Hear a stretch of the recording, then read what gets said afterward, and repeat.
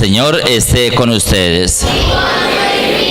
Lectura del Santo Evangelio de nuestro Señor Jesucristo según San Juan.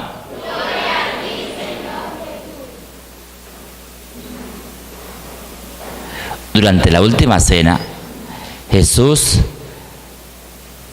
se conmovió profundamente y afirmó con claridad: os aseguro que uno de vosotros me va a traicionar. Los discípulos empezaron a mirarse unos a otros sin lograr entender a quién se refería. Uno de ellos, el que Jesús amaba tanto, estaba comiendo al lado de Jesús en el lugar de preferencia. Entonces Simón Pedro le hizo señas de que averiguara a quién se refería. El discípulo se recostó entonces en el pecho de Jesús y le dijo: Señor, ¿quién es? Jesús le respondió: al que yo le dé el bocado después de mojarlo, ese es. Mojó pues un bocado y se lo dio a Judas, hijo de Simón Iscariote, y tras el bocado entró en él Satanás. Jesús le dijo: lo que tienes que hacer, hazlo pronto. Pero ninguno de los que estaban comiendo entendió por qué le dijo esto. Algunos pensaban que como Judas era el que tenía la bolsa del dinero, Jesús le había dicho que comprara lo que necesitaba para la fiesta de Pascua o que diera algo a los pobres. Cuando Judas recibió el bocado, salió. Era de noche. Y cuando Judas salió, dijo Jesús: ya ha sido glorificado el Hijo del Hombre, y Dios en él. Y puesto que Dios ha sido glorificado en él, él será glorificado en Dios, y eso muy pronto. Hijitos, voy a estar poco tiempo con vosotros. Me buscaréis, pero repito ahora lo que ya había dicho a los judíos: a donde yo voy, no podéis ir vosotros. Simón Pedro le preguntó: Señor, ¿a dónde vas? Jesús le respondió: a donde yo voy, no puedes seguirme ahora, pero me seguirá después. Pedro le dijo: Señor, ¿por qué no puedo seguirte ahora? Estoy dispuesto a dar mi vida por ti. Jesús le respondió: ¿estás dispuesto a dar la vida por mí? Te aseguro que antes que cante el gallo, me negarás 3 veces. Palabra del Señor. Hermanos, quisiera compartir un poquito la palabra del Señor el día de hoy. Uno de ustedes me va a entregar. ¿Seré yo acaso, Señor? Eso es lo que me llama a mí la atención del Evangelio de hoy. Realmente Judas iba a entregar al Señor, pero él ni cuenta se daba de que iba a entregar al Señor. Uno de ustedes me va a entregar. Es lo triste, ¿no? Que nosotros siempre, los mismos cristianos, los mismos que seguimos a Cristo, lo traicionamos. El problema de Judas no fue simplemente el traicionarlo. ¿Se acuerda que Pedro también lo negó 3 veces? ¿Se acuerda cómo terminó? Antes de que el gallo cante, tú me habrás negado. ¿Cuál es la diferencia entre el discípulo, el cristiano Pedro, y el discípulo, el cristiano Judas? Los dos pecaron. Los dos traicionaron al Señor. Los dos lo negaron. ¿Cuál es la diferencia entre el uno y el otro? Que Pedro se arrepintió, lloró su pecado, pidió perdón. Judas se arrepintió, sí, regresó las monedas y dijo: he pecado vendiendo sangre inocente, sí, pero no fue capaz de pedir perdón. Y se fue a confesarse en la pata de un palo, directamente con un palo, y vio un mecate y se colgó. Ese fue el problema de Judas. Judas sí se arrepintió, pero no pidió perdón. No fue capaz de buscar ese perdón. La Biblia está diciendo que no basta con decir: sí, yo me arrepiento. que tengo que buscar ese perdón del Señor. Y si no, aun cuando me arrepienta como Judas, me voy a desesperar y voy a ir a la muerte. También me llama la atención cuando le dice Pedro, Señor, yo daré la vida por ti. Igual que ustedes y yo, ¿quién no daría la vida por Cristo? Todos estamos dispuestos a dar la vida por Cristo. Y claro que sí, estamos dispuestos a dar la vida por Cristo. Pero el problema es que lo decimos en teoría, pero en la práctica, no. La práctica no. Si en la práctica no, ¿por qué? ¿Cómo se explica que yo diga, voy a dar la vida por Cristo, yo daría la vida por Cristo, si no soy capaz de dejar el cigarro por Cristo? No soy capaz de dejar el alcohol, la droga. Si no soy capaz de dejar eso, ¿cómo voy a dar la vida por Cristo? Dar la vida por Cristo significa estoy dispuesto a sacrificarme por Él. Entonces la pregunta es, ¿usted se ha sacrificado por Cristo? ¿Qué ha hecho por Él? ¿Qué ha hecho por Él? ¿Ha dejado las groserías? ¿A usted se le salen las groserías así solitas? ¿Ha hecho algún sacrificio, algún esfuerzo por Cristo? ¿Ha muerto a sí mismo? ¿Se ha sacrificado? Si el grano de trigo no cae en tierra y muere, no puede dar fruto. Si muere, dará fruto y fruto en abundancia. ¿Ha muerto usted mismo? El que quiera ser discípulo mío, niéguese a sí mismo, tome su cruz y sígueme. ¿Lo ha hecho? ¿En qué? ¿Qué ha hecho por Cristo?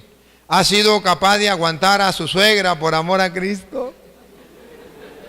A su enemigo, a ese compañero de trabajo que lo insulta, que le hace la guerra, que lo calumnia, ¿ha sido capaz de aceptarlo por amor a Cristo? Señor, porque estoy dispuesto a dar la vida por ti, si me tocara dar la vida, lo haría. ¿Lo has hecho?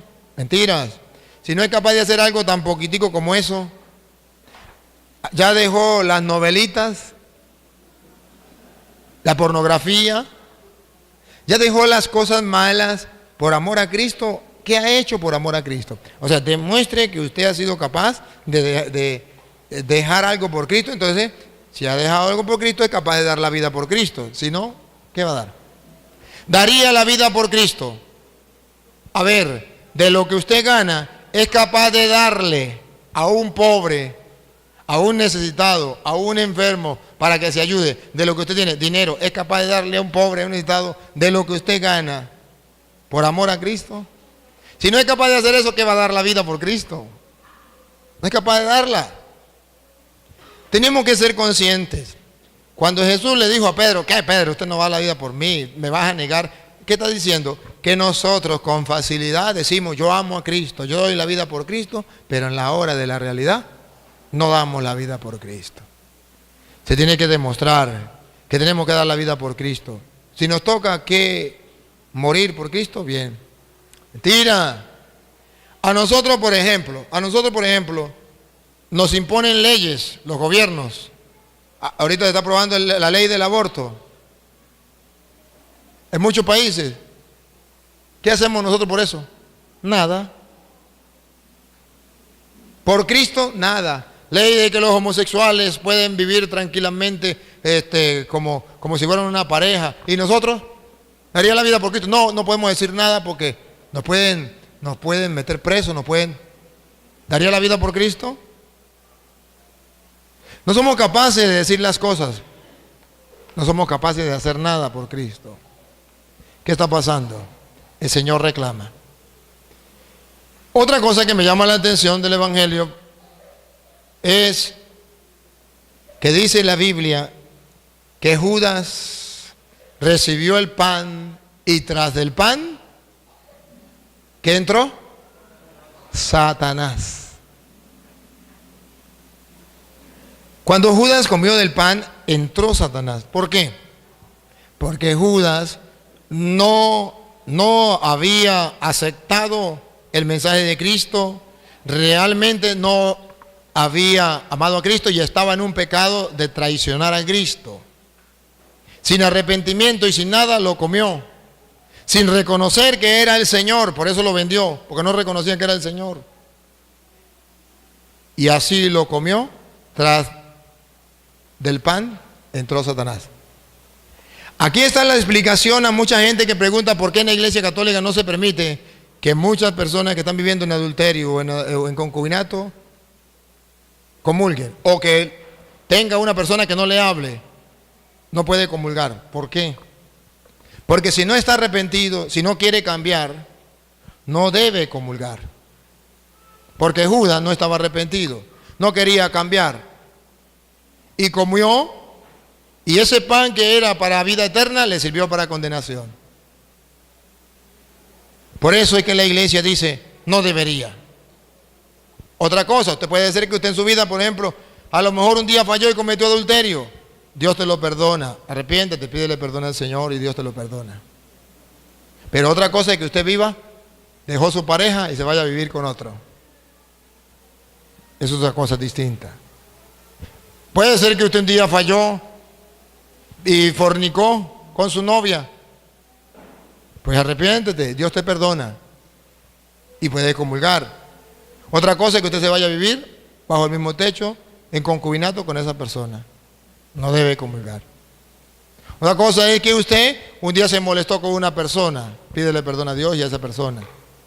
Otra cosa es que usted no le hable a esa persona, no puede comulgar. Entonces no es que la iglesia por maldad lo quiera hacer, es simplemente que la Biblia muestra que le puede ser de mal. El Papa podría decir que todo mundo comulgue, pero ¿cuántos le pasaría lo de Judas? Sería un gran problema. Bueno, yo no me voy a extender mucho porque ya me he hablado bastante. Pero el hermano quiere hacerme una pregunta. Hay un hermano que no es católico, pero está en medio de nosotros y quiere hacer una pregunta y le damos la bienvenida. Un aplauso pues para el hermano.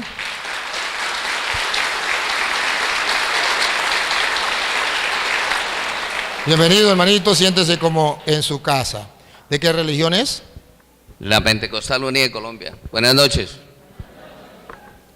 Muy bien, el hermano es Pentecostal Unido de Colombia y nos alegra su presencia. A nosotros nos llena de gozo, nos llena de alegría, nos edifica.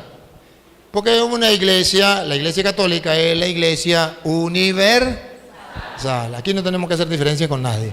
El hecho de que él profese otra doctrina no quiere decir que sea nuestro enemigo, es nuestro hermano, solamente que no estamos de acuerdo con la doctrina. Y él hoy viene a decir algunas cosas, ¿qué será? No sé, pero lo que él venga a decir, él trae su fundamento. Y yo, como sacerdote del Dios Altísimo, voy a tratar de explicarle a él el por qué en la Iglesia Católica hacemos esto. Puede ser que él venga preparado y diga, lo que el cura me diga a mí no me importa. Y no escucho la palabra de Dios, así me la predica el cura, no. Y yo no me voy a convertir porque estoy dispuesto a no convertirme. Eso no importa. Lo importante es que hoy ustedes y los que nos siguen por las cámaras de internet, que deben saber lo que estamos pasando por el mundo entero, van a darse cuenta por qué en la Iglesia Católica se cree esto y esto. Van a saber qué enseñan los pentecostales unidos y van a saber qué enseñan los católicos. A lo mejor él no se va a convertir y eso no es lo que buscamos. Si se convierten, bendito sea el Señor. Lo que buscamos es que la gente y el mundo entero conozca qué enseñan los pentecostales unidos y conozca qué enseña la Iglesia Católica y que conozca cuál es el fundamento de la Iglesia Católica para enseñar esto o esto. Él va a ser un portador de la doctrina de los pentecostales y yo de la doctrina católica, y ustedes van a sumar, restar, multiplicar y dividir y van a sacar conclusiones. Y va a ser con amor y con respeto, más cuando estamos en la Eucaristía, ¿verdad? Y que le vamos a dar la oportunidad a él para que pregunte, porque él no se puede ir con las dudas en su cabeza. Entonces, hermano, antes de hacerme la pregunta, ¿usted se considera pastor o se considera oveja? No, una ovejita. Una ovejita. Lance su pregunta. Mire, padre, la pregunta que yo le quiero hacer es, la religión evangélica, ¿por qué dice que la iglesia católica es la grande, ¿no? Y que es la grande, la gran ramera de las otras iglesias, digamos, de las otras religiones que hay, y que el Santo Padre es la gran bestia? Esa es la pregunta que yo le quiero hacer a usted. Porque resulta que ellos repiten lo que escucharon. Si usted le puede preguntar a un hermano, a cualquiera, ¿dónde dice que la iglesia de Jesucristo o la iglesia católica es la gran prostituta, la gran ramera? Eso no existe en las Sagradas Escrituras. Eso no existe. Ellos lo dicen. ¿Por qué? Porque cuando usted quiere ofender a alguien, a una mujer, o cuando usted se pone bravo con su esposa y la quiere insultar, le dice usted es una prostituta. Entonces es una manera de ofender. Ellos, como no aman a los católicos, no cumplen el mandato del amor, quieren ofender insultando que la iglesia católica es la gran prostituta. Pero eso no existe en la Sagrada Escritura. No hay una cita donde diga que la gran prostituta es una religión, es una iglesia. No, la Biblia habla de eso, pero habla que es una ciudad, la gran ciudad. Es una cosa muy distinta a decir que es una religión. Si usted, por ejemplo, mira en Apocalipsis capítulo 17, versículo 18, usted verá cómo la Biblia muestra quién es la gran ramera. Léelo, Luis. Esa mujer que has visto Esa mujer que has visto es la gran ciudad. es la gran ciudad. No dice es la gran religión. Ahí está el error. Decir que es la gran religión. Si un protestante me muestra donde dice es la gran religión, está bien, pero aquí dice es la gran ciudad. Entonces es una cosa muy distinta hablar de religión a ciudad. A ver, si usted recuerda, dice la gran prostituta, la gran Babilonia. ¿Qué era Babilonia? ¿Babilonia era una religión o era un imperio? Era un imperio. Babilonia gobernaba el mundo, conocido en aquel tiempo, no era una religión. Cuando dice que la gran prostituta es la gran Babilonia, el ignorante dice es la religión. ¿Pero por qué? Si la gran Babilonia no era religión, era una ciudad. Pero el que lee la Biblia y cree en la Biblia dice, y la gran, otra vez Luis, el 18. Esa mujer que has visto es la gran ciudad. Es la gran ciudad. Entonces no es ninguna religión. Y lo peor es que resulta que allá está mostrando en el Apocalipsis la lucha que hay entre el mal y el bien.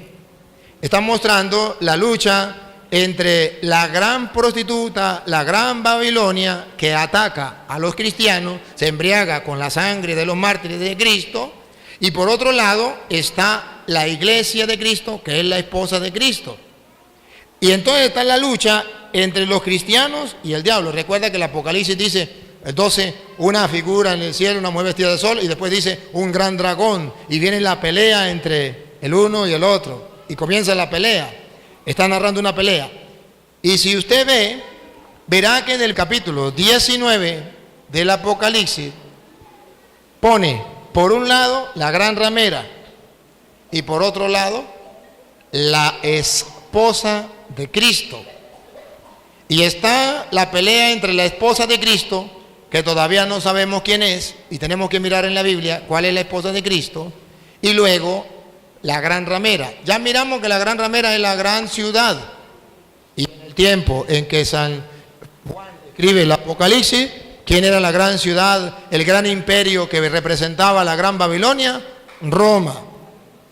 No era la iglesia católica. Un hermano separado me puede decir, ajá, ¿y dónde está el Papa? En Roma. Pues entonces se refiere a la iglesia católica. No, porque cuando se escribió el Apocalipsis no existía el Vaticano. La iglesia no tenía la sede en Roma. Eso no existía. Ahora verá el capítulo 19, del versículo 1 en adelante, vamos a ver las dos cosas. La gran ciudad, la gran ramera, y vamos a ver la iglesia de Cristo, que es la esposa. Ponga cuidado.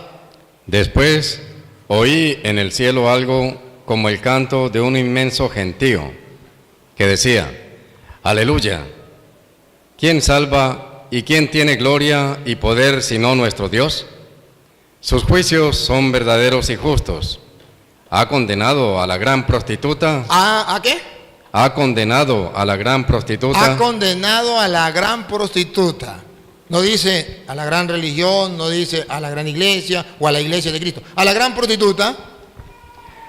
Que corrompía la tierra con su inmoralidad. Que corrompía la tierra con su inmoralidad. Si usted comienza a estudiar la historia de Roma, y lo invito a que lo haga, verá que Roma era inmoral, prostituida. Se decía que en Roma la prostitución era la más grande del mundo en ese tiempo. Que decía que la mujer pura era la mujer hasta los 12 años que todavía no ha conocido esposo, y después que tenía esposo ya podía estar con el que quisiera libremente. Y venían a prostituirse porque Roma era el centro del mundo. Venían hombres en barco de muchos días de camino, habían dejado a la esposa, llegaban muchos meses sin tener relaciones y llegaban. ¿Quién lo esperaba? Las prostitutas en Roma. Venían sequitos. ¿A dónde llegaban? A las prostitutas. Y todo era el centro del mundo. Roma se consideraba, por eso decía, todos los caminos conducen a Roma. Entonces es la gran prostituta, bien, porque es puro, porque pecaban todos los que venían del mundo, pecaban con Roma. En Roma, ahí estaban las prostitutas, alrededor de las, ¿cómo que llaman esas? Las paredes esas, ¿cómo eran las? Torres. Las murallas. Ajá, siga. La gran prostituta que corrompía la tierra con su inmoralidad y le ha hecho pagar la sangre de sus servidores. Y esa prostituta había matado a muchos servidores. El Apocalipsis fue escrito hacia el año 90, 100, por ahí. En ese año, ¿quién eran los servidores que habían muerto? Los apóstoles, los primeros mártires, los primeros cristianos. ¿Dónde lo mataba la gran prostituta? Si usted va a Roma, usted va a encontrar algo que se llama el Coliseo Romano, donde sacrificaban a muchos cristianos, que decían a los leones. Venían un cristiano y le soltaban un león, o le soltaban un toro. De ahí viene el toreo, donde soltaban un toro bravo o una vaca brava a los cristianos. Así mataban a los cristianos. Entonces la gran ramera mataba a los cristianos. A ver, si usted me dice, por ejemplo, que la gran ramera era la iglesia católica en ese tiempo, pregunto, dime el nombre de un pastor protestante que haya sido muerto ahí y que lo haya matado la iglesia católica. Que haya la iglesia católica hecho ese, ¿cómo es? El circo. Ajá, que lo haya hecho la iglesia católica y haya metido a cuántos evangélicos, ¿cómo se llamaron esos pastores y lo metió? No. Tenemos la lista, y está en la historia, la lista de los mártires católicos que los romanos sacrificaban, los quemaban, como César Nerón alumbraba Roma. A los cristianos los agarraban, los ponían en un palo y le metía candela por debajo, y así alumbraba a Roma. ¿Por qué se llama la gran bestia César Nerón? Porque era muy malo, así mataba a los cristianos. Y era tan malo que mató a su propia madre rajándole la barriga para saber dónde había estado él 9 meses. Por eso se llama cesárea lo que le hacen a las mujeres, porque el primero que la hizo fue César, a su mamá, se llama cesárea. Entonces, porque mató a su propia madre para ver dónde había estado él. Por eso es la bestia, que se considera tan malo que hasta su propia madre mató. Los protestantes no saben eso. ¿Por qué no lo saben? Porque no existían en aquel tiempo. ¿Cuándo comenzaron? Después de Martín Lutero, 1520 comenzaron. Y eso fue del año 100 al año 300. Y el Apocalipsis antes del año 100. ¿Cómo van a saber ellos de quién se está hablando? Pues ellos inventan lo que ellos quieran. Sigue. Y volvieron a clamar: aleluya. Aleluya. De ella sube humo por los siglos de los siglos. Fue quemada Roma. ¿Se acuerda que Roma fue quemada? Siga. Entonces los 24 ancianos y los 4 vivientes se postraron adorando a Dios, que está sentado en el trono, diciendo: Amén, aleluya. Y salió del trono una voz que decía: Alaben a nuestro Dios. Alaben a nuestro Dios. Escuche la voz. Alaben a nuestro Dios. Todos sus servidores. Todos sus servidores. Todos los que honran a Dios. Todos los que honran a Dios. Pequeños y grandes. Pequeños y grandes. Y oí el ruido de una multitud inmensa, como el ruido del estruendo de las olas, como el fragor de fuertes truenos. Y decían: Aleluya. Ahora reina el Señor Dios. Ahora reina el Señor Dios. ¿Se acuerda? La prostituta, la gran ciudad, hizo la guerra, a los suyos los mató. Pero ahora está celebrando. Ya fue vencida ella, ahora reina el Señor. Siga. El Todopoderoso. El Todopoderoso. Alegrémonos, regocijémonos, démosle honor y gloria. Entonces está animando, el apóstol está animando a los cristianos. No se desanimen, no importa que lo maten. Ya viene el reino del Señor, ya viene el poderío del Señor, ya vamos a triunfar. Siga. Porque han llegado las bodas del Cordero. Aquí viene el de otro detalle. Ha llegado la boda del Cordero, los está mandando a que piensen en la fiesta de la boda del Cordero. Y escuche. Su esposa se ha engalanado. Entonces ya la gran prostituta, la gran ciudad que perseguía a los cristianos, ya fue vencida. Ahora ha vencido el Cordero y su esposa se ha embellecido. Los protestantes no me pueden mostrar a mí que la gran ciudad es la Iglesia Católica, la Iglesia de Cristo. Yo sí le puedo mostrar, reto a los protestantes que me están siguiendo por internet, que busque donde la esposa que se ha embellecido, que la prostituta no pudo destruir, pero que celebra con gozo la victoria y el triunfo de nuestro Señor Jesucristo. La esposa que se ha embellecido se llama la Iglesia. Está en Efesios capítulo 5, versículo del 22 en adelante. Verán ustedes entonces que por un lado está la gran prostituta y por otro lado está la esposa de Cristo. ¿Cuál es la gran prostituta? La gran ciudad. ¿Cuál es la esposa? Paren la oreja. Efesios 5:22. ¿Cuál es la esposa? Sométanse así las esposas a sus maridos. Ya saben, eso lo conocen ustedes. Las esposas a su marido. ¿A ejemplo de quién? Como al Señor. Como al Señor. El hombre es cabeza de la mujer. El hombre es cabeza de la mujer. Como Cristo es cabeza de la iglesia. Como Cristo es cabeza. Entonces, ¿qué es la iglesia? La esposa de Cristo. El Apocalipsis pone por un lado la gran prostituta, la gran ciudad, la gran ramera, la Babilonia la grande, el imperio romano. Le hace la guerra a la esposa de Cristo. Pero la esposa de Cristo ya se ha engalanado. Cristo ha vencido. No importa que haya matado a tantos cristianos, ya la esposa está preparada. ¿Y cuál es la esposa? La iglesia. Siga. Como Cristo es cabeza de la iglesia, cuerpo suyo, del cual es asimismo Salvador. Que la esposa, pues, se someta en todo a su marido. Vamos a ver cuál es la esposa. ¿La esposa se somete a todo a su marido? Como la iglesia se somete a Cristo. ¿Cuál es la esposa de Cristo? La iglesia. Entonces, que un protestante me muestre donde diga la gran prostituta es la iglesia. Yo le muestro, la iglesia no es la gran prostituta, es la esposa del Cordero que se ha embellecido y es la pelea entre la gran prostituta y la esposa de Cristo. Una cosa lo que dice la Biblia y otro lo que dicen los protestantes. Y por eso, en el versículo 30, del versículo 29 en adelante, escuche. Y nadie aborrece su cuerpo. Nadie aborrece su cuerpo. Al contrario, lo alimenta y lo cuida. Y eso es justamente lo que Cristo hace por la iglesia. Eso es lo que hace Cristo por la iglesia, que es su esposa. La alimenta y la cuida, no la aborrece. Y ponga cuidado a lo que viene. Pues nosotros somos miembros de su cuerpo. Siga. La Escritura dice, La Escritura dice, por eso dejará el hombre a su padre y a su madre para unirse con su esposa, y los dos formarán un solo ser. lo dice con su esposa y los dos serán un solo ser. Y pongan la lupa.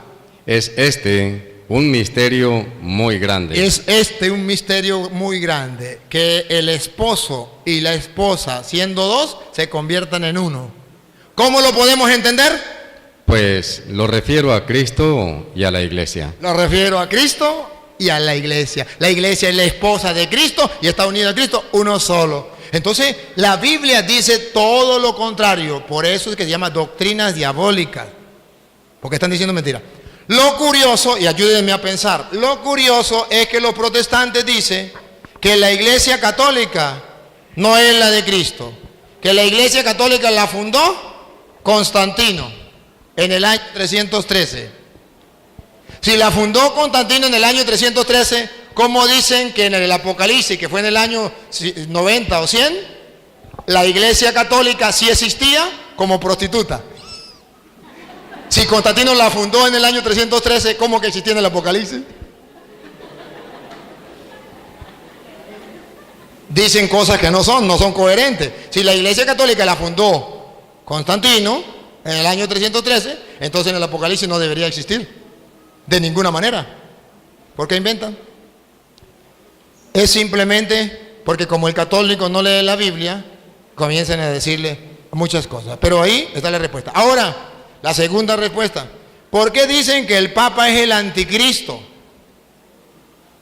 Que el Papa es la bestia. Fácil. Eso se llama cortina de humo, para centrar la atención en otra cosa. ¿Han visto, por ejemplo, el gobierno de Venezuela? El gobierno de Venezuela se olvida del hambre, de las enfermedades del pueblo, están muriendo de hambre, y ponen la atención en otras cosas. Hablan, sacan noticias de otras cosas para llamar la atención. Vamos a hacer elecciones, vamos a hacer esto, vamos a hacer... Para que la gente no se dé cuenta del hambre. No prestan atención a lo esencial y lanzan por allí. Y dicen, ¿quiénes son los ¿cómo que le llaman a los curas y a los obispos? Le dicen que los curas y los obispos son unos terroristas. Los curas y los obispos son unos terroristas. Eso es una cortina de humo para que no se den cuenta que los terroristas son ellos. ¿Por qué son terroristas los curas y los obispos? ¿Porque le dicen la verdad? ¿Por qué no son terroristas ellos que están matando a un pueblo completo? Ah, pero es para engañar. ¿Qué dicen los protestantes? El anticristo es el Papa. ¿Para qué? Para que la gente no se dé cuenta que los anticristos son ellos. Y se lo voy a mostrar con la Biblia. Primera de Juan, capítulo 2, versículo 18. No es un anticristo y tampoco es el Papa. ¿Quién es el anticristo? No es uno, son varios. ¿Quiénes son? Vamos a escucharlo. Hijitos, estamos en la última hora. Estamos en la última hora. Y han oído que va a venir un anticristo. Han oído a los protestantes decir que va a venir un anticristo y que es el Papa. Entonces yo me le río. Le digo, ¿cuál Papa? Porque cuando estaba Juan Pablo II decían que el anticristo era el Papa Juan Pablo II. Se murió Juan Pablo II, vino Benedicto. El anticristo es Benedicto. Póngase de acuerdo. O era Juan Pablo II, si era el anticristo Juan Pablo II ya murió. No, es Benedicto. Está bien. Se salió Benedicto, ahora el anticristo no es Benedicto. Es Francisco. Póngase de acuerdo. Si el Papa era, el Benedicto era el anticristo, pues ya se fue. Pero vamos a ver quién es el anticristo. No según los protestantes que sin Biblia, lo repito, sin Biblia, insultan al Papa. Les voy a mostrar con Biblia.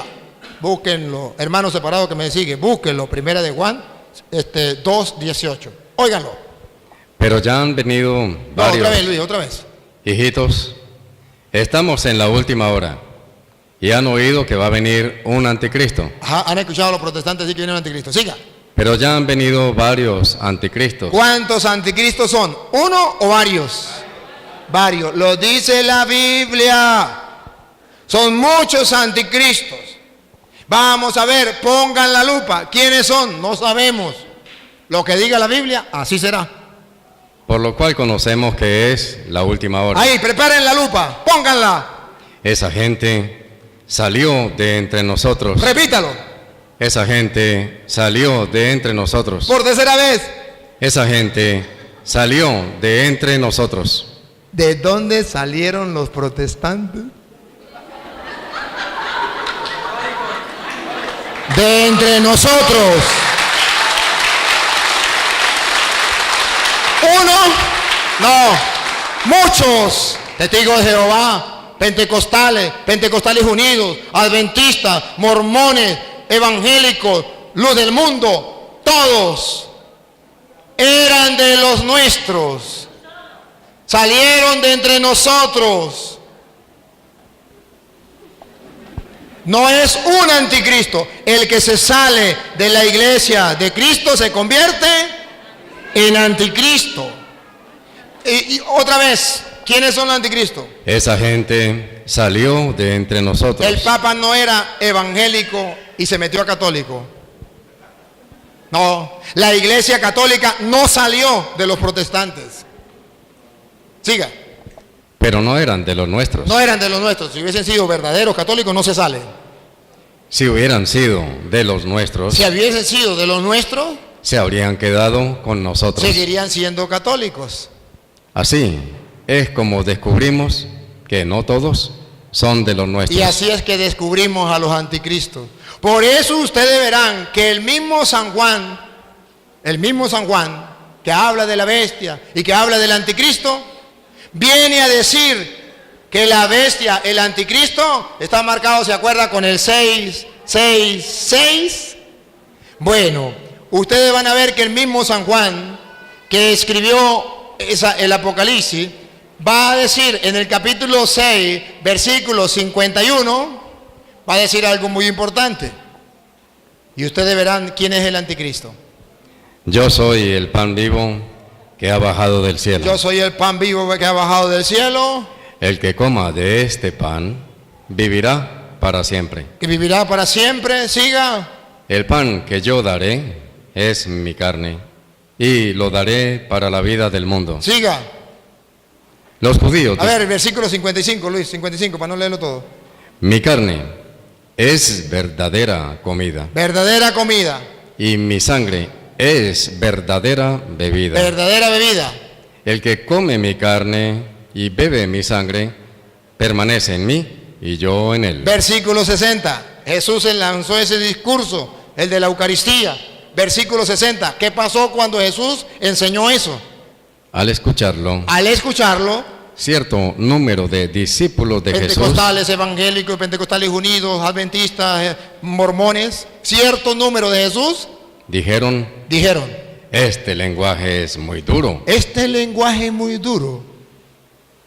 ¿Quién querrá escucharlo? ¿Quién querrá escucharlo? Solo los locos de los católicos. Y pongan cuidado ahora, el 666. San Juan capítulo 6, versículo 66. Pongan cuidado. A partir de entonces, A partir de entonces, muchos de sus discípulos se volvieron atrás y dejaron de seguirle. ¿quiénes son los anticristos según Juan? Los que eran de los nuestros y se salieron. ¿Cuál es el sello? 666. ¿Por qué se fueron? Porque no quisieron aceptar que Cristo estaba en el pan de la Eucaristía. ¿Y eso no es lo que le pasan a los protestantes? Exactamente lo mismo. El anticristo no es el Papa. Son aquellos que se van porque no aceptan el mensaje de Cristo. Y salieron de entre nosotros. No es uno, son muchos. Entonces es una cosa muy distinta. ¿Tienen otra pregunta?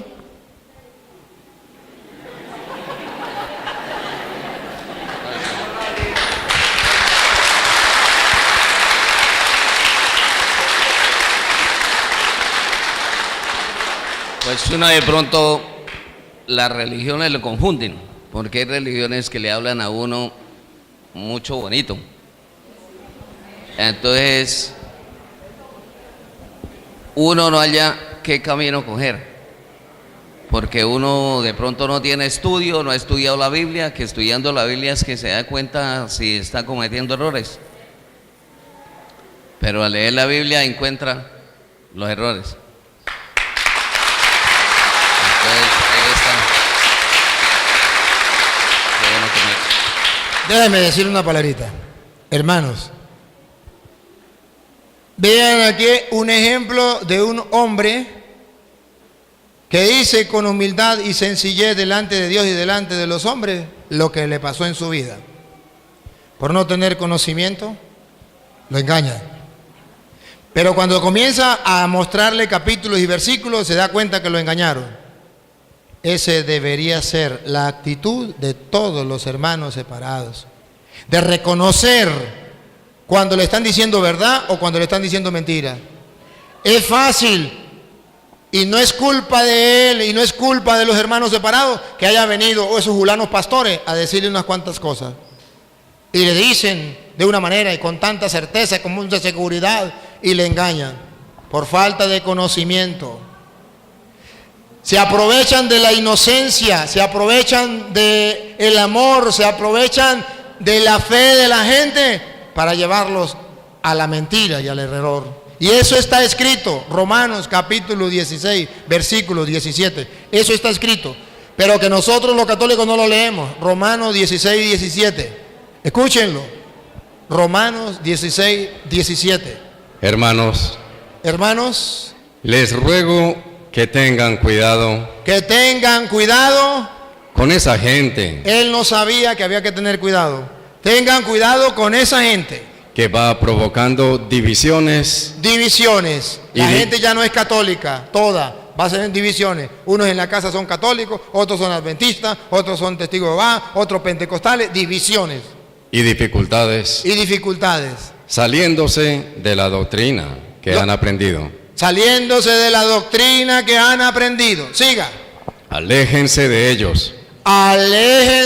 Repítalo. Aléjense de ellos. Por tercera vez. Aléjense de ellos. Escuche otra vez, que lo escuche el hermano. Aléjense de ellos. Siga. Esas personas no sirven a Cristo. Vamos a ver a quién sirven.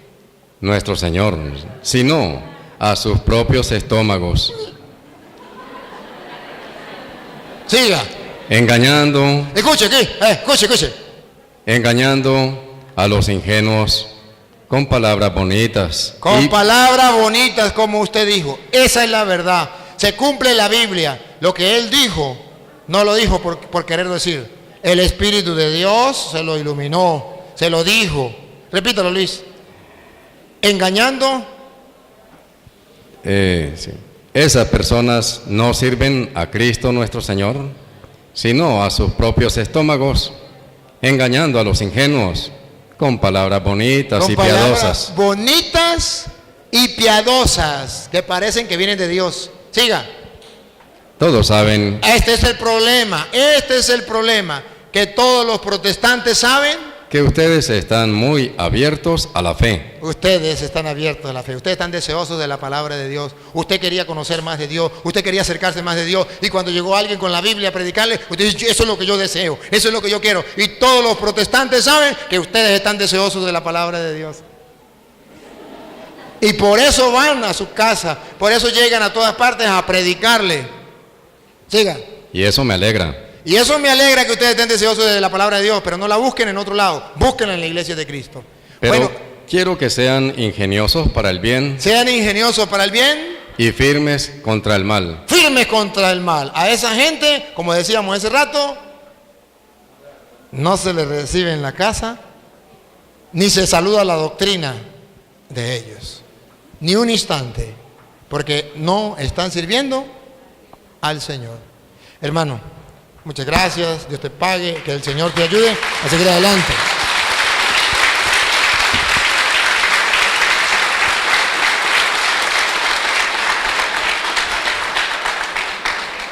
Léame la primera lectura que está aquí de Isaías, Luis.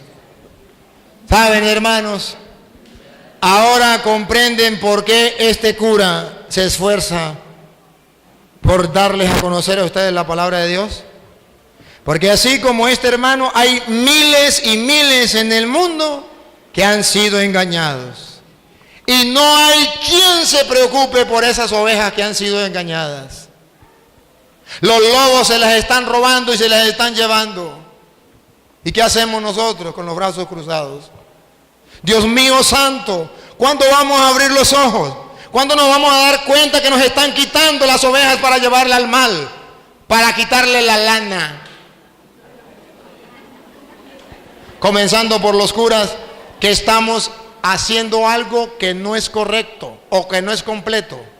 Cuando Jesucristo nos colocó como pastor era para dos cosas. Una, para pastorear el rebaño.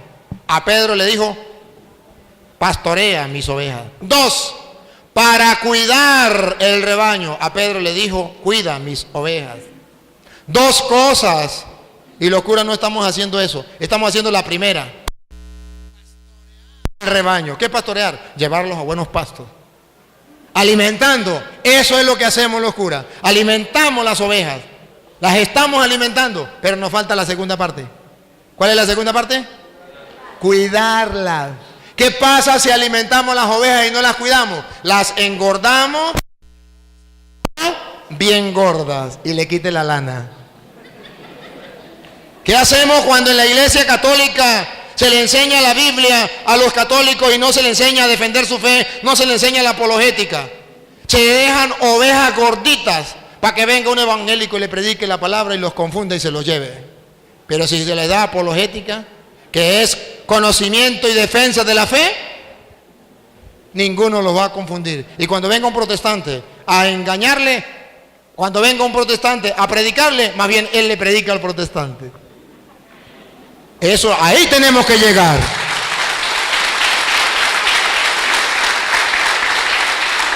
Y ahora comprenderán, hermanos, y quiero que escuchen la primera lectura de nuevo. Comprenderán por qué yo me he tomado la molestia de venir a estar con ustedes compartiendo aquí y por qué me he tomado la molestia de compartir por internet con los hermanos las enseñanzas. Oigan lo que dice el profeta Isaías. Lo digo más de 500 años antes de venir Cristo. Sí. Y se cumple y se hace real y el Señor sigue obrando. Sí. Y así como un día lo hizo con el profeta Isaías, así ha tenido el Señor a bien hacerlo conmigo. Y hoy me siento feliz, gustoso y orgulloso de saber que esa profecía de Isaías se ha cumplido y se sigue cumpliendo. Y esta mañana, cuando en mis oraciones leía esta primera lectura, lloraba de emoción. Sí, lloraba de emoción, de gozo, de alegría, porque esa profecía de Isaías se sigue cumpliendo. Escuche. Del libro de Isaías, capítulo 49. Del 1 al 6. Escuchadme, países del mar. Escuchadme, países del mar. Prestad atención. Prestad atención todos los países que me siguen por internet, todas las naciones. Escuchad. Pueblos lejanos. Pueblos lejanos. El Señor me llamó desde antes de nacer. El Señor me llamó desde antes de nacer. Y estoy convencido 100% que el Señor hizo eso conmigo, me llamó desde antes de nacer. Ella tenía el plan, y no solamente conmigo, siempre lo ha tenido con sus apóstoles, con sus ministros, con sus profetas. Siga. Ya en el seno materno pronunció mi nombre. Ya desde el seno materno pronunció mi nombre, y yo ni lo sabía. Cuando yo era pequeño, yo no sabía qué iba a ser de mi vida. No sabía. No sabía por qué papá no me dejaba tomar licor, como los jóvenes Yo era un joven normal como los demás y mi padre no me dejaba tomar licor. Yo no sabía por qué. Pensaba que me tenía rabia. Mi padre no me dejaba ir a las cantinas. No me dejaba ir a los prostíbulos. No me dejaba ir con mis amigos, con mis amigotes, con mis amigas. Mi padre me celaba más que a mis hermanas. Y yo no sabía por qué. Pero mi padre me enseñó algo que nunca tendré cómo pagárselo. Y decía: hijo, hay cosas que usted ahorita no lo entenderá. No se mate la cabeza preguntándose porque no lo vas a entender. A su debido tiempo, Dios se lo mostrará y se lo hará entender. Padre mío, si ves este video, gracias. Porque esto, pasando el tiempo, he conocido que eso es verdad. Muchas cosas no lo comprendía.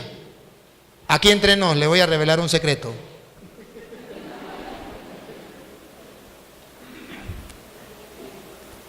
Yo nunca tuve novia. ¿Sabe por qué? Porque Dios me había preparado desde el vientre de mi madre. ¿Cómo?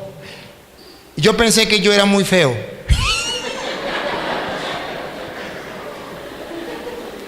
Porque ninguna mujer se fijaba en mí. Y yo decía: pero ¿por qué en mi hermano sí? Y en el otro también. Y en mí nadie. ¿Será que yo soy tan feo? ¿Sí? Y yo le echaba una bromita a una muchacha y si no me metía una cachetada de bromas. Pues no podía ni echarle los perros porque me daba miedo, me daba pena. Ajá. Y yo no sabía qué pasaba. Yo no sabía. Y decía: Dios mío, ¿qué pasará? Y así pasaban muchas cosas de mi vida que yo no entendía. Pero que ahora entiendo que el Señor me había preparado desde el vientre de mi madre. ¿Por qué no me dejaron agarrar vicios? Yo nunca me emborrachaba, nunca me emborraché. Y los jóvenes, pues eso es lo más común. Yo nunca fumé un cigarro. Y eso pareciera que eso era normal. Yo vivía en el mundo. ¿Y por qué Dios me tenía así tan distinto a los demás? Nunca lo entendí. Además llegué cuando llegó el papá de Benjamín, el panadero, llegó a la pata de mi hermana. Él es matemático. Y él decía a mi hermano y a mí: yo quiero que ustedes sean matemáticos, físicos y químicos como yo. Y nosotros, como no teníamos a quién más pues seguir, pues decíamos: pues queremos ser como el matemático. Y esa era nuestra ilusión, matemático. A mí me gustaba trabajar con los animales, ordeñar, estar con las vacas, estar con los caballos por allá. Y yo decía en mí: pues yo si estudio, nosotros éramos muy pobres, ¿qué íbamos a estudiar? Yo si llego a estudiar, voy a estudiar para trabajar con animales. Eso era mí.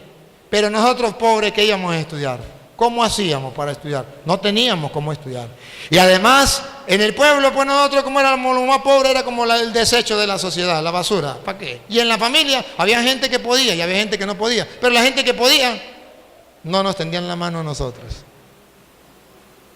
Nada, no nos echaban la manito. ¿Cómo íbamos a salir adelante? Nada. Sin embargo, Dios nos fue llevando. Y recuerdo que mi ilusión era trabajar con los animales. Mi mamá, como yo le había dicho siempre que me gustaba trabajar con los animales, creo que es en cuarto año o en tercer año, yo no me acuerdo en qué año es, que a uno le preguntan: decida, ¿qué va a estudiar? Creo que es cuarto año. Ciencia, allá era ciencia y zootecnia. Animales y ciencia, yo no sé qué era ciencia, pero era ciencia y zootecnia. Los animales eran zootecnia. Y mi mamá llega a la directora y dice: pasé para cuarto año. ¿Va a estudiar qué? ¿Ciencia o zootecnia? Y mamá dijo: zootecnia. Y yo le dije: no, ciencia. Mi mamá me miró. Porque toda la vida yo había trabajado con animales y me gustaban los animales. Pero el papá de Benjamín me había dicho que no, que tenía que estudiar ciencia, porque para estudiar matemática y física. Y yo, sin querer, me salió ciencia. Y no sabía por qué. No sabía por qué. Y llegué, saqué el bachillerato. Cuando saqué el bachillerato, yo dije, ¿y ahora qué iré a estudiar? Este pobre campesino ir a estudiar física, matemática, ¿con qué plata? ¿Y en qué universidad? No puede.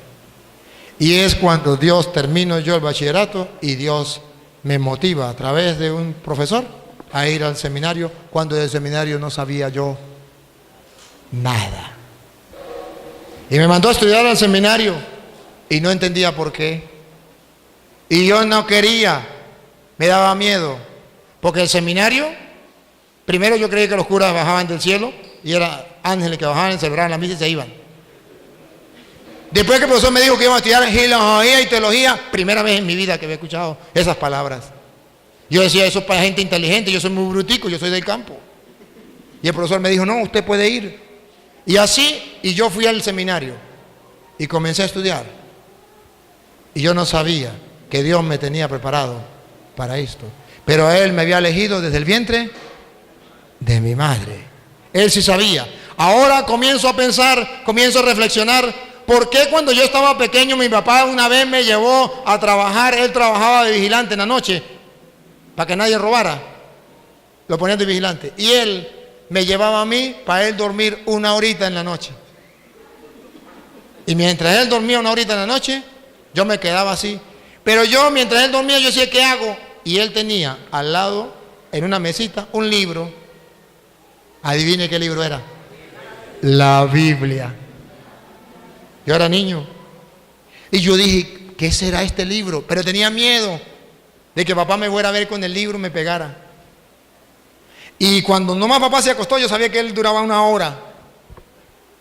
Y agarré y me puse a ver la Biblia. La Biblia.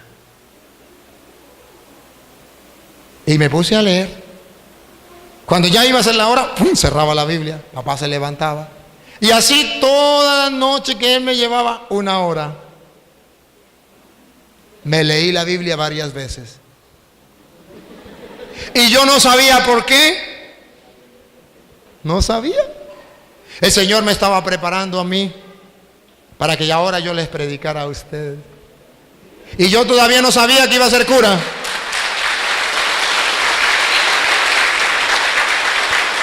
Desde el vientre de mi madre. Siga. El Señor me llamó desde antes de nacer. Me llamó desde antes de nacer. Siga. Ya en el seno materno pronunció mi nombre. Pronunció mi nombre. Hizo de mis palabras una espada afilada. Deténgase ahí. ¿Qué hizo el Señor? De mis palabras una espada afilada. Que lo digan los protestantes a ver si no les clava el corazón cuando les predico. A ver si no les duele. Claro que sí. Eso no es culpa mía. El Señor hizo de mi palabra una espada afilada. Por eso usted de mi lado se va herido, pero no engañado. Repítalo, Luis. El Señor hizo de mis palabras una espada afilada. Hizo de mis palabras una espada afilada. ¿No tiene coherencia con Hebreos capítulo 4, versículo 12? La palabra de Dios es viva y eficaz, más penetrante que una espada afilada de doble filo, que penetra hasta el fondo y llega hasta el alma y no hay ser humano que pueda resistir. Pues el Señor, otra vez, hizo de mis palabras una espada afilada. Perdónenme, hermanos separados. Pido perdón públicamente porque yo sé que les he herido en muchas veces, pero no es culpa mía. El Señor ha hecho de mis palabras una espada afilada que cada vez que ustedes me oyen predicar les duele, les hiere. Se van adoloridos pero no engañados. Perdónenme, pero eso lo ha hecho el Señor en mí. Yo nunca lo he querido. Él me ha obligado, desde el vientre de mi madre me eligió y me ha mandado a predicarle la palabra del Señor, aunque les duela. Siga. Me amparó. Me amparó a la sombra. A la sombra de su mano. De su mano. Por tantos peligros que yo pasé. Yo pasaba peligro, me iban para el campo, mis tíos me llevaban donde había tigre y nos íbamos a cacería.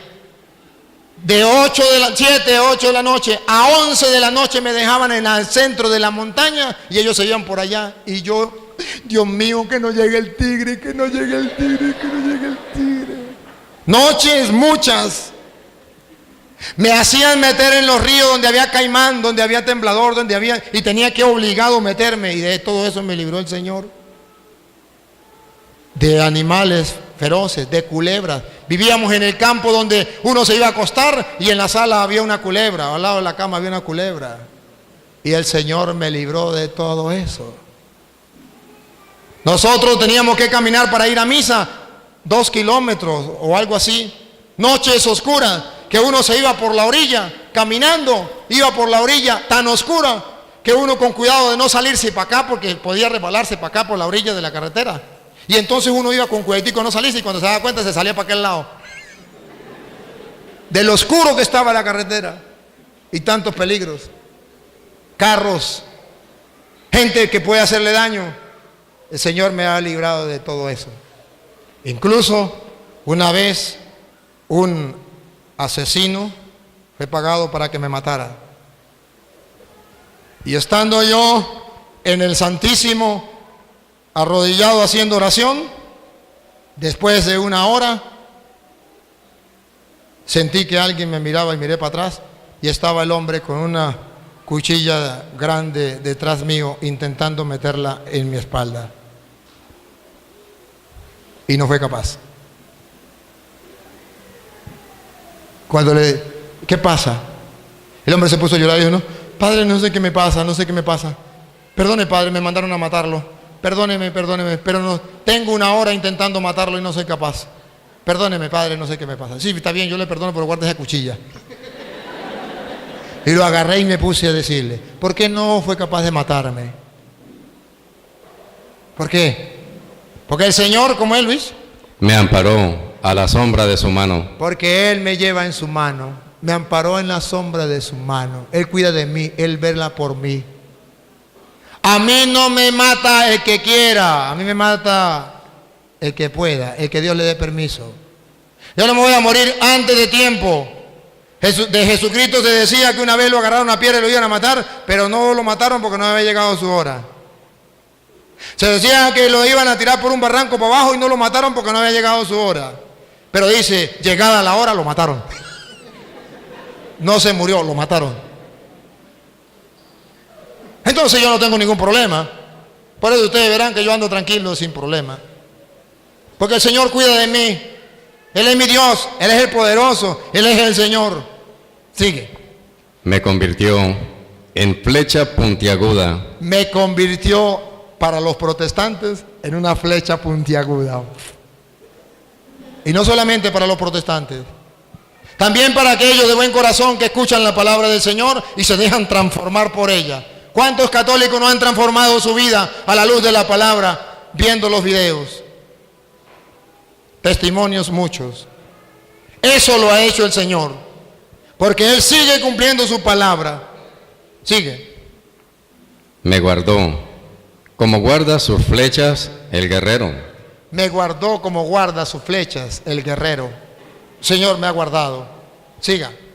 Me dijo, tú eres mi siervo. Me dijo, tú eres mi siervo. Quiero que me sirvas a mí. No quiero que sea el que trabaja con animales, ¿cómo es? Veterinario. No quiero que sea matemático, físico, químico ni científico loco. Quiero que sea cura. Me ha elegido para ser su siervo. Yo nunca quise ser cura, nunca. Pero Él sí quiso. Y me llamó para ser su servidor. Siga. Israel, por medio de ti revelaré mi gloria. A ver, otra vez, Luis. Tú eres mi siervo, Israel. Por medio de ti revelaré mi gloria. Y el Señor me ha dicho que por medio de mí está revelando su gloria. Muchas naciones a través de la internet han ido viendo la gloria de Dios a través de su palabra que el Señor me ha iluminado. Sigue. Yo pensaba que eran vanos mis trabajos que había gastado mi fuerza inútilmente. Yo pensaba, y aquí está Benjamín que es testigo, yo pensaba que había trabajado en vano. Yo trabajaba y no me gustaba que me filmaran. Y no me gustaba ir a la radio ni a la televisión, no quería nada con eso. Pero siempre hay gente que a escondidas de uno lo filma y lo graba. Y comenzaron a llegar videos a mis manos. Y yo no les gustaba y los fui arrinconando por ahí y Benjamín los fue agarrando. Y los fue agarrando. Y los fue montando en YouTube. Y comenzó a decirme, tío, usted montó unos videos en YouTube. A mí eso no me gusta, nada. Tío, la gente le está escribiendo. A mí qué me importa. Eso no quiero. Tío, pero venga, han escrito cosas bonitas, venga, para acá lea. Una vez me mostró uno y dije, sí, interesante. Tío, pero le escribieron otra cosita bonita. Sí. Tío, venga para que mire que lo están viendo en varias partes del mundo. Sí. Y me fue mostrando y dije, hasta así, mira. Mira.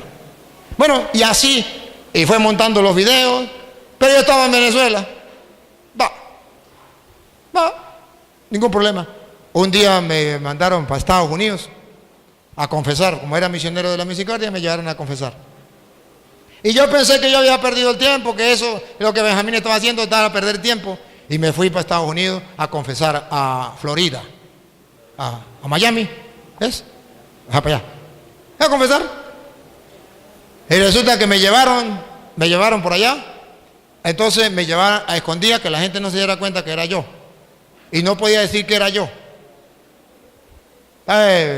Pues el bigote, la chiva, tú sabes, me pusieron una ropa ahí distinta, que ni yo mismo me conocía. Y yo fui. Y llegué a un retiro, era como 200 hombres. Y llegó un muchacho, yo estaba ahí, y me dijo, uy, señor, ¿usted no ha visto por internet a un cura que se llama Padre Luis Toro? Usted sí se parece a él. ¿Usted es familia de él? Le dije, no. Porque me habían prohibido que dijera, porque no, nadie me tenía que conocer que era cura. Después llegó otro muchacho y me dijo, ¿usted de dónde es, señor? Le dije, de Venezuela. Dijo, en Venezuela hay un cura igualitico como usted, se llama el Padre Luis Toro. Le dijo, yo no lo he visto. Y me dice el loco. Y así pasaron varios. Me dice el loco. A fin llegó uno, me mira, ¡Padre Toro! Se me lanza encima y comienza a llorar. Y los otros vinieron corriendo, ¡ven que sí era el tema! Y se vinieron corriendo rápido y dijeron, no, a ver, no, eso no. Y no digan que él es el padre, no. Shh. Ahí, listo. Salimos del retiro y dijo, vamos a comprarle una ropita por allí, para ponerle una ropita nueva, porque yo siempre ando pues, con la ropita que tengo por ahí y le doy tuti hasta que se daña. Entonces, vamos a comprar una ropita, vamos. Y por el camino venía un señor, ¡Padre Toro, qué emoción! Dios transformó mi vida. Primera vez que iba para Estados Unidos, ¿qué iba a creer yo eso?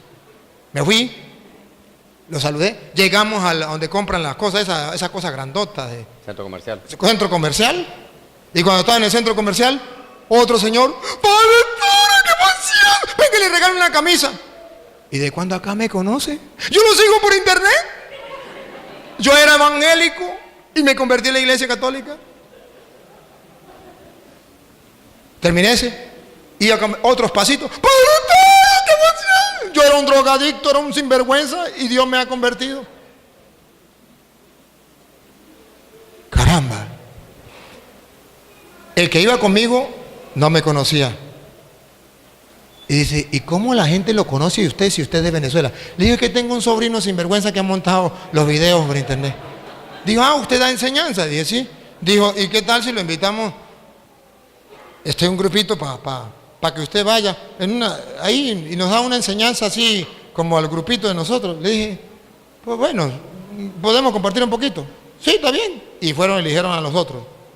Fuimos a una capilla pequeñita, cabía máximo 500 personas.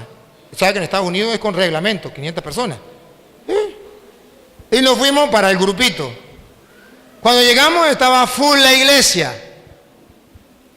Y yo dije, ¿qué estará pasando ahí? Y dijo el Señor, mirá, hay otra actividad. Y dije, pues sí. Y llegamos la gente, Padre Toro, venimos a la enseñanza. Y venimos a la enseñanza. Era capacitado para 500 personas. Le metieron ahí, arriesgando, porque la gente se metió a juro, 1000 personas. Y afuera quedaba la gente. Y yo decía, yo que pensaba que en vano, ¿cómo es? Yo pensaba que eran vanos mis trabajos, que había gastado mi fuerza inútilmente y sin razón. Inútilmente y sin razón. Y el Señor me fue mostrando, y ahora me doy cuenta que no es inútil, que vale la pena, que el Señor va orando a través de su palabra, a través de su espíritu. Y muchos evangélicos que antes me insultaban y me criticaban, ahora son católicos y me felicitan a través de las redes sociales.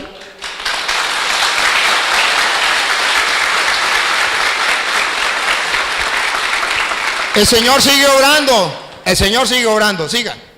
Pero en realidad, el Señor me hacía justicia. En realidad, el Señor me hacía justicia.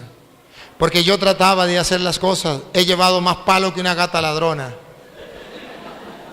No crean ustedes que a mí me abrieron las puertas así.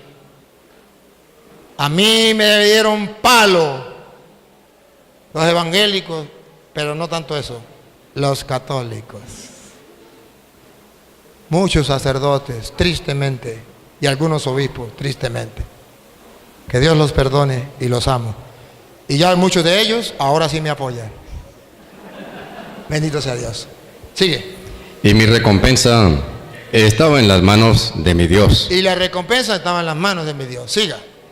El Señor me juzgó digno de este honor. El Señor ha querido darme semejante honor. ¿Sabe qué soy yo? Sacerdote del Dios Altísimo, del Dios de Abraham, de Isaac, de Jacob, el Dios de nuestros padres. Ser sacerdote del Dios Altísimo es el caché más grande que le puede tocar a un ser humano.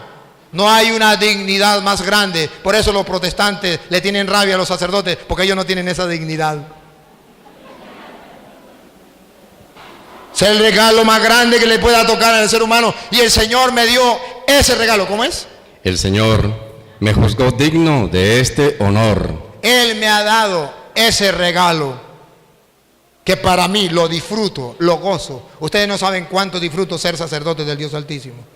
Porque yo he visto el poder de Dios. He visto cómo personas aperturbadas por demonios, a través de una pequeña oración,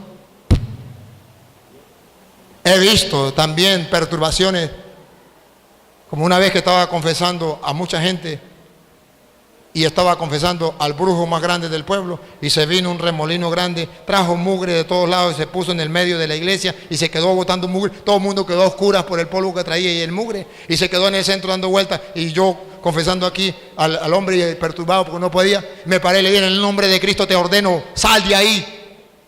Y salió por la puerta y se quedó allá en la plaza dando vueltas. Cuando le di la absolución al brujo, se fue. He visto cuántas personas a través de la confesión levantarse de una enfermedad. He visto cómo Dios obra. He visto cuántas personas han vuelto a la vida después de estar muertos en el pecado. Es una dicha, es un honor que Dios me ha regalado. Jóvenes, la mejor dicha no es trabajar para el presidente o para el gobernador. La mejor dicha es trabajar para el Rey de Reyes y Señor de Señores.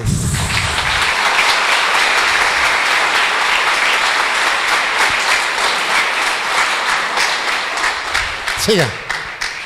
Mi Dios se convirtió en mi fortaleza. Mi Dios se convirtió en mi fortaleza. Sé que mi familia podrá ver este video y ellos son testigos, y los que me no conocieron son testigos. Déjenme decirles, hermanos, que yo creo que en el mundo no hay una persona más miedosa que yo, más tímida que yo, cobarde, muy cobarde. Porque desde pequeño yo no era capaz de hablar en público. Le tenía miedo a la gente y cuando llegaba la gente yo me escondía. Y en el liceo, cuando me tocaba exponer, no era capaz de exponer. Yo me defendía con los exámenes, pero las exposiciones me moría. Y cuando me tocó por primera vez exponer en público, que fue en el seminario porque hice unas coplas, yo no era capaz, me puse en oración, le dije, Señor, no soy capaz, siento que me muero. Me confesé porque sabía que me iba a morir. Pero dije, hoy me muero, pero yo hago esto. Yo tengo que vencer el miedo, yo tengo que superarlo. Y agarré el papel para decir las palabras y el papel me hacía así, las manos así y el cuerpo me hacía así. Se me caían las hojas, me las recogían y volvía y se me caían. El rector me puso una cosita de estas para que yo lo pusiera las hojas ahí. Y me pasó el micrófono, y me hacía así, me mandó un seminarista para que me tuviera el micrófono. Y cuando fui a hablar, no me salían las palabras. Cobarde, tímido, campesino del campo, ¿cómo iba a hablarle a la gente? Y recuerdo que el rector se me acercó y me dijo, hijo, no le importe que la gente se ría, porque todo el mundo se reía. Ríate tú también, tranquilo. Haz un ejercicio, mueve los dedos gordos de los pies y olvídate, lánzate, ríate y ya. Y lea como pueda. Me reí, moví los dedos de los pies y comencé a hablar palabra por palabra. No a leer, sino palabra por palabra. Y cuando terminé, el lector me dijo, eres valiente. Necesitamos a esa gente, valiente. Así. Y así comencé yo. ¿Cómo es, dice la Biblia? Mi Dios se convirtió en mi fortaleza. Y llegó el momento que después de tener tanto miedo, cuando por primera vez me tocó que predicarle a los evangélicos, yo temblaba. El papá de este me obligó a ir a predicar en un culto, habían 10 pastores y me dijeron, me invitaron para allá y cuando yo llegué, yo pensé que era mentira y me dice el hombre que estaba dirigiendo, adelante, adelante varón, le dijo a los pastores, el Señor hoy nos ha mandado otro profeta que nos va a predicar, ustedes no predican hoy, adelante varón, y yo miré para atrás y él decía, no, es usted, y el cuñado, el papá de este me empujaba y me decía, es con usted, vaya, vaya, vaya, y yo decía, no, y yo sentía que me moría, hermano, como este me empujaba y aquel me llamaba, yo iba así, yo iba como el pollo que fumó droga, no sentía pata, no sentía pico, no sentía cola, no sentía nada, iba, y cuando llegué allá, me dieron el micrófono y yo temblaba así. Le dije, cierren los ojos, vamos a orar. Mentira, era para que no me vieran temblar. Pero ahí, el Señor fue mi fortaleza. Le dije al Señor, Señor, o me ayudas o yo me muero. Pero se lo dije de corazón. Ayúdame, ya estoy obligado aquí. Ayúdame, no tengo escapatoria. El Señor me obligó y Él fue mi fortaleza. Cuando me di cuenta se me quitó el temblor.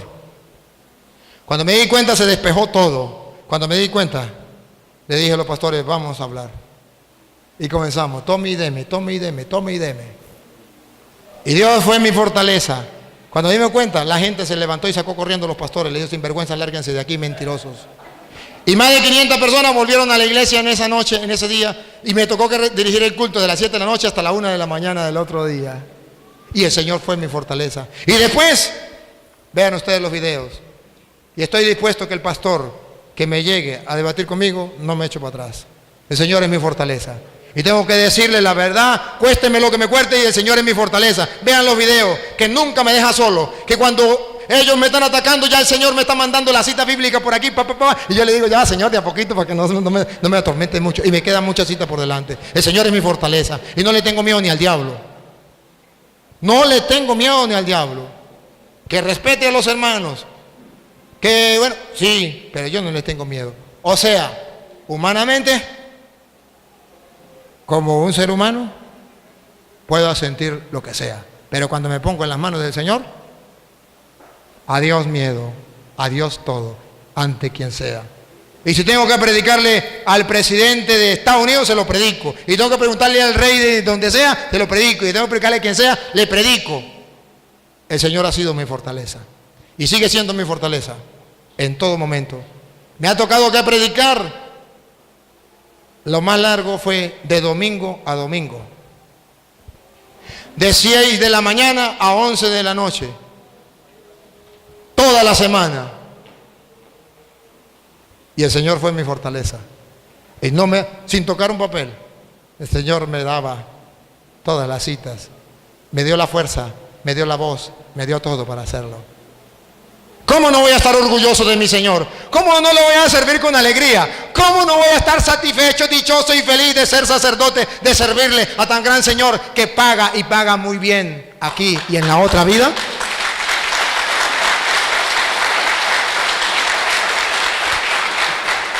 El Señor es mi fortaleza, siga. Mi Dios se convirtió en mi fortaleza. Es mi Dios se convirtió en mi fortaleza. El Dale. Señor que me formó desde el seno para ser su siervo. El Señor que me formó desde el seno de mi madre para ser su siervo. Para hacer que vuelva a Él el pueblo de Jacob. Para hacer que vuelva a Él el pueblo de Jacob, en castellano, los católicos. Que Israel se reúna frente a Él. Que todos los católicos busquen al Señor de corazón. Que sepan vivir su fe. Para eso me ha llamado. Para que los católicos vivan su fe, se fortalezcan, tengan una fe firme, disfruten su fe. Dice ahora el Señor, no basta con que seas mi siervo. No basta con que sea mi siervo. Para restaurar las tribus de Jacob. No basta que usted sea mi siervo para predicarle únicamente a los católicos. No basta eso. Quiero más. Y hacer volver a los sobrevivientes de Israel. Y hacer volver a los católicos que están fríos. No basta. Quiero más.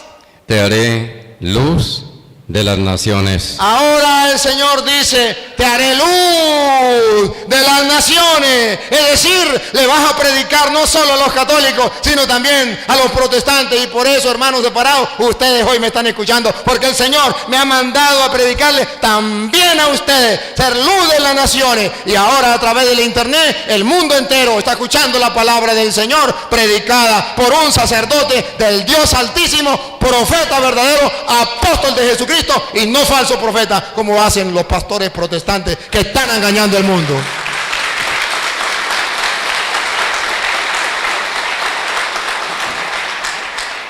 Me dijo un pastor protestante que fue por allá a una comunidad y le dijo a la señora me dijo, padre, hay un pastor que quiere debatir con usted. Le dije, dígale que yo voy a estar dando la enseñanza, que venga y yo le respondo lo que me pregunte. Digo, sí, él va a ir. El día en que llegué le dije, ¿qué pasó con el pastor? Dijo, no. Dijo que no iba. ¿Y por qué? Dijo, porque me dijo que usted trabajaba con la magia negra. Que usted trabajaba con el poder de Satanás. Y entonces cuando él estuviera montado aquí en la tarima con usted le iba a hacer una magia negra y le iba a perturbar la mente para que no se acordara de la cita y no pudiera explicarle a la gente. Por eso él no venía. Y le dije, ¿cómo se explica que si yo trabajo con el poder de Satanás, con magia negra, que él, que es el instrumento de Dios, el sacerdote, es profeta del Dios Altísimo y tiene el poder de Dios, ¿por qué no me expulsa ese demonio y me deja en ridículo delante de la gente? ¿Por qué? ¿Por qué? Vayan viendo los videos y verá que el Señor ha tenido la dicha, o mejor, ha tenido el deseo, ha querido pues, de llamarme no solo para predicarle a los católicos, también a los protestantes. Por eso los hermanos protestantes los amo, lo repito, los amo, no son mis enemigos. Ustedes son las ovejas descarriadas que el Señor me ha mandado a buscar. Ustedes son esas naciones que hay que traer, esas ovejas que son de otro rebaño que hay que traer. Y yo como sacerdote del Dios Altísimo tengo que cumplir ese mandato que Dios me ha dado. Por eso perdónenme, pero les amo y tengo que llevarlos a Cristo para el que se quiera dejar llevar. El que no se quiera dejar llevar, el problema es suyo. Yo cumplo mi tarea, yo cumplo mi trabajo. No se pongan molestos por eso. Más bien, si quieren escuchar la palabra del Señor, óiganla, porque está escrito en Juan capítulo 8, versículo 47, el que es de Dios, la palabra de Dios escucha, y si usted no la escucha, es porque no es de Dios. Alabemos y bendigamos a Dios que sigue obrando en medio de su pueblo. Él sigue suscitando profetas dentro de su iglesia. Él sigue obrando, fortaleciendo. Él sigue haciendo que haya hombres que lleven su mensaje, la verdad, y las tinieblas del error se disipen y quede la verdad. Y hasta el día en que me muera, Dios mediante, si Dios me da la oportunidad, trataré de ser luz en medio de las naciones. Trataré de dar la vida para que salga la verdad y la mentira se disipe y los hermanos separados puedan ver algún día la verdad, puedan ver algún día la luz, salgan del error en que el diablo los ha metido a través de falsos profetas, instrumentos de Satanás que andan engañando la fe de la gente. Que Dios nos ayude a mantenernos firmes en la fe. Adelante, hermanos, sigamos disfrutando la alegría de ser hijos de Dios, de ser católicos y de pertenecer a la única iglesia que fundó Cristo, la Iglesia Católica. ¡Viva Jesucristo! Te haré luz de las naciones para llevar mi salvación hasta los confines de la tierra. Te daré luz de las naciones para llevar mi salvación. Hermanos separados, lo que estoy haciendo no es para su condenación, es para salvarte a todos los confines de la tierra. Y para que vean ustedes que sí lo tenía Dios preparado, el Papa me nombró misionero de la misericordia. Y en el papel que me mandó, en la autorización que me dio, dice, para que predique en todo el mundo hasta los confines de la tierra. Se cumple la profecía de Isaías. Señor ha querido que predique en todos los confines de la tierra para que la salvación llegue a todos. San Marcos 16:15. Vaya, prediquen el evangelio a todas las naciones. El que crea y se bautice se salvará. El que se resista, aquel protestante o aquel católico que se resista a creer, se condenará.